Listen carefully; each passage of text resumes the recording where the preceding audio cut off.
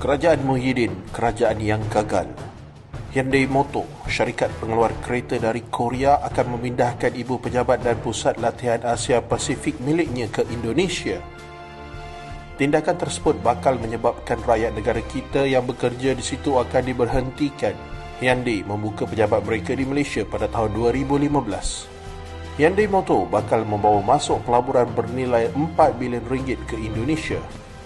Bukan setakat Hyundai, bermula dari tahun lepas, banyak syarikat antarabangsa telah melabur di Indonesia. Toyota membuat pelaburan sebanyak 8 bilion ringgit. Syarikat bateri dari China, CATL, membuat pelaburan bernilai 20 bilion ringgit. Dan syarikat bateri Korea, LG Chem, melabur sebanyak 39 bilion ringgit. Malah Tesla juga dalam perbincangan dengan kerajaan Indonesia untuk mengeluarkan kereta mereka di sana. Apa kata kita tanyakan kepada kerajaan? Berapa banyak pelaburan yang diterima oleh Malaysia? Anda tahu jawapannya?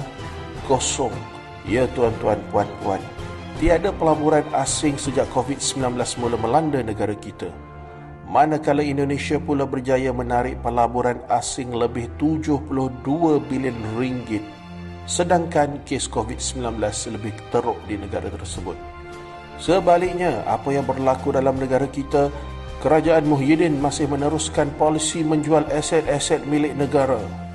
Siltera dijual tahun lepas. PNB lupus pegangan saham dalam CCM. Petronas jual pegangan dalam KLCCP. Khazanah pula secara total telah melupuskan aset bernilai 8 bilion ringgit dalam masa 8 bulan kebelakangan ini. Ketika syarikat milik kerajaan di negara lain seperti Temasek Holdings milik kerajaan Singapura terus menambah aset-aset mereka, Khazanah pula terpaksa menjual aset-aset yang telah dikumpul selama ini.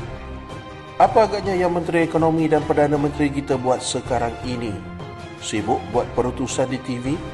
Inilah padahnya bila keadaan politik tidak stabil. Barisan kabinet yang menganggotai kerajaan sekarang tidak mampu merangka dasar ekonomi yang jelas dan menarik. Ketiadaan dasar ekonomi yang jelas telah membantutkan niat pelabur asing untuk terus melabur di Malaysia. Tanpa kehadiran pelabur asing, bagaimana agaknya kita hendak kembangkan ekonomi kita yang semakin teruk ni? Projek-projek mega tidak diteruskan.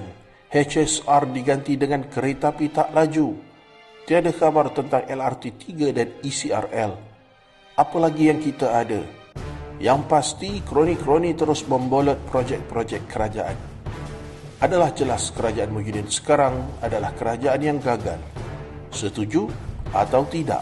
Tinggalkan pendapat anda di ruang komen. Sekian. Assalamualaikum.